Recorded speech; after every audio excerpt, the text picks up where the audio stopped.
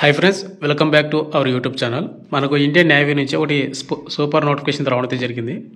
ఈ నోటిఫికేషన్కి male and female ఇద్దరు కూడా అప్లై చేసుకోవచ్చు. క్వాలిఫికేషన్ ఇంటర్ పాస్ అయి ఉండాలి. అదేవిధంగా దీనిలో పోస్టులు భర్తీ చేసినట్టు అన్నీ కూడా మనకు పర్మనెంట్ పోస్టులు అనమాట. వన్స్ మీకు జాబ్ వచ్చిందంటే కనుక మీరు 15 సంవత్సరాలు మీరు సర్వీస్ అయితే చేయాల్సి ఉంటుంది ఇండియన్ నేవీలోన. అయితే ఈ నోటిఫికేషన్ ఏవైతే పోస్టులు భర్తీ చేస్తున్నారో మనం దీనికి అప్లై చేసుకోవాలంటే కేవలం ఆఫ్లైన్ ద్వారా మాత్రం అప్లై చేసుకోవాల్సి ఉంటుంది. ఆఫ్లైన్ ద్వారా అంటే ఏం లేదు బ్రదర్, ఒక అప్లికేషన్ ఫామ్ ఉంటుంది, దాన్ని ఫిలప్ చేసి వాళ్ళు చెప్పినట్టు అడ్రస్కి వాళ్ళు చెప్పినటువంటి డేట్లోపు బై పోస్ట్ ద్వారా పంపించాలి. అండ్ ఇదే వీడియోలో మీకు అప్లికేషన్ కూడా ఏ విధంగా ఫిలప్ చేయాలి అనేది కూడా చెప్తాను. కాబట్టి వీడియోని చూస్తున్నటువంటి ప్రతి ఒక్కరు కూడా వీడియోని ఎండ్ వరకు చూడండి. చూసి మీకు ఇంట్రెస్ట్, క్వాలిఫికేషన్, ఏజ్ లిమిట్ ఉంటే అప్లై అయితే చేసుకోండి. అండ్ వీడియోస్ ఉంటే ప్రతి ఒక్కరు నా స్మాల్ రిక్వెస్ట్ ఏంటంటే, చాలామంది వీడియోస్ని చూస్తున్నారు కానీ లైక్ కూడా వెళ్ళిపోతున్నారు. మీరు ఒక లైక్ చేయడం మన ఛానల్ కొద్దిగా బూస్టప్ అయితే ఉంటుంది. ప్రతి ఒక్కరు కూడా లైక్ అయితే చేయండి. అండ్ ఇటువంటి జన్ అప్డేట్స్ కూడా కావాలంటే కూడా మన ఛానల్ని సబ్స్క్రైబ్ చేసుకుని పక్కన బిల్ అయితే యాక్టివేషన్ అయితే పెట్టుకొని పెడతారు. ఇక మెయిన్ అంటే మనకు ఇండియన్ నేవీ నుంచి వచ్చినటువంటి అఫీషియల్ నోటిఫికేషన్ వచ్చేసి ఇదే అనమాట.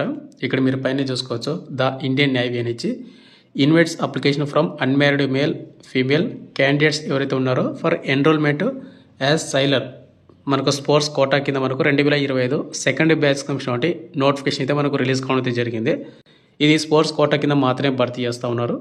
అంటే మీకు క్వాలిఫికేషన్ ఉండాలి అండ్ స్పోర్ట్స్ సర్టిఫికేట్ కూడా ఉండాలి. ఉన్నవాళ్ళు మాత్రమే అప్లై చేసుకోండి. ఉన్నవాళ్ళు మాత్రమే వీడియోని అయితే చూడండి ఎండ్ వరకు.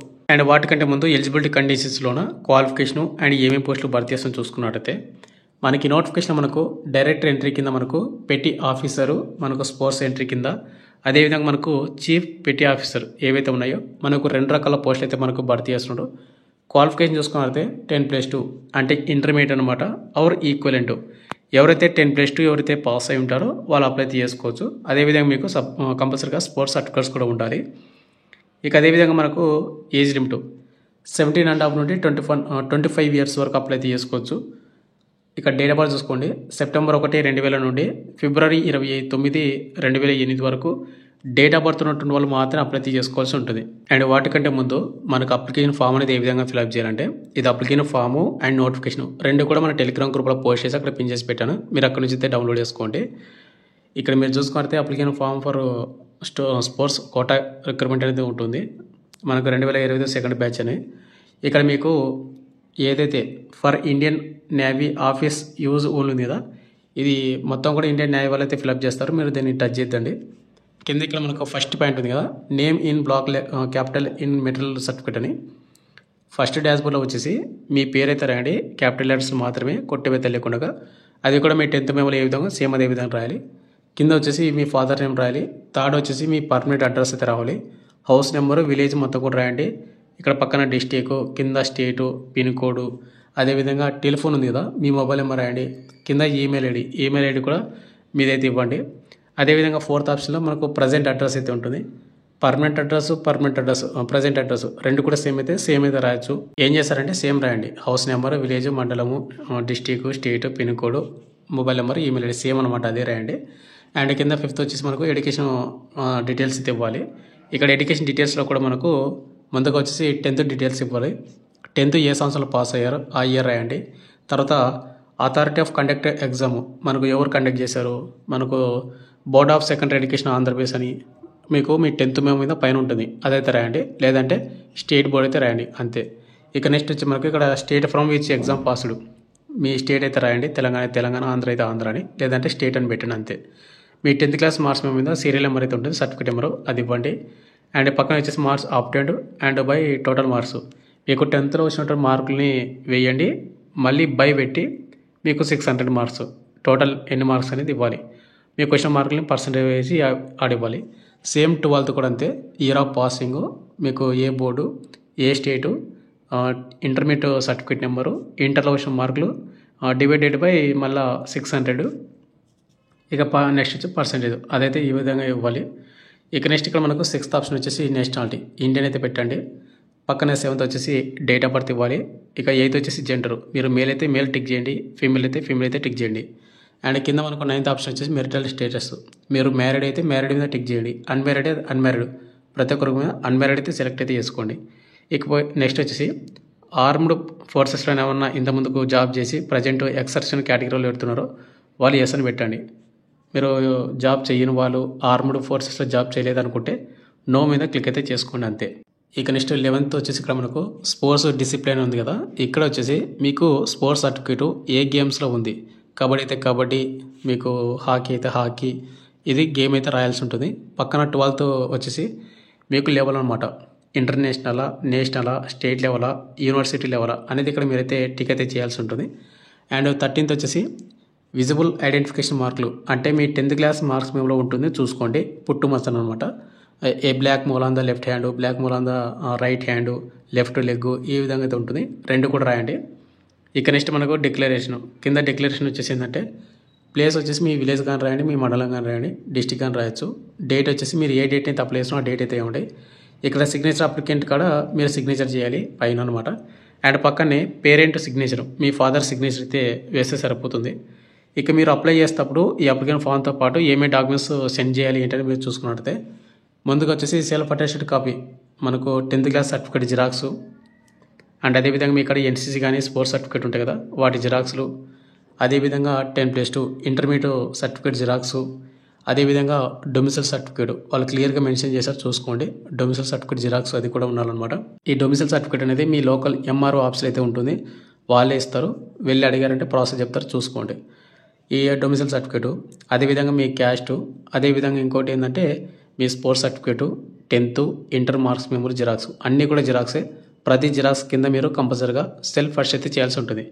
సెల్ఫ్ ఫస్ట్ అంటే ఏం లేదు బ్రదర్, జిరాక్స్ కింద మనకి ఈ విధంగా ఎంతో కొంత వైట్ పేపర్ ఉంటుంది కదా, దాని మీద మీరు సిగ్నేచర్ చేయండి, సిగ్నేచర్ కింద డేట్ వేయండి అంతే.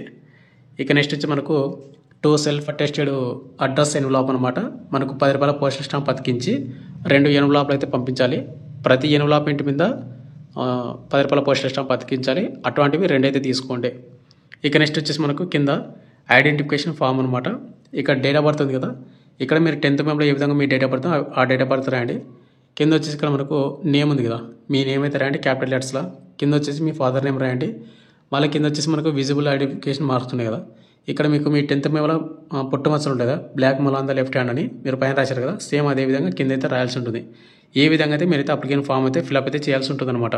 అయితే ప్రతి ఇక్కడ మనకు స్పోర్ట్స్ సర్టిఫికేటు మేల్ వాళ్ళకు ఏ గేమ్స్లో భర్తీ చేస్తున్నారు, గర్ల్స్కి ఏ గేమ్స్లో భర్తీ చేస్తున్నారు చూసుకున్నట్టయితే ఇక్కడ ముందుగా మేల్ వాళ్ళకు వచ్చేసి అథ్లెటిక్స్, యాక్వెట్స్, బాస్కెట్బాల్, బాక్సింగ్, క్రికెట్ ఇక్కడ ఇచ్చాడు కదా, ఫుట్బాల్, ఇక్కడ చాలా రకాలైనటువంటి గేమ్స్ అయితే ఇచ్చాడు. Gymnastic, handball, hockey, kabaddi, volleyball, weight lifting, resting, squash, golf, tennis, kayaking, మనకు ఇంకా రోయింగ్, షూటింగ్ అండ్ సైలింగ్, ఇవి మేల్ వాళ్ళకి అనమాట. ఇంకా కొన్ని గేమ్స్ అయితే ఉన్నాయి చూసుకోండి ఒకసారి.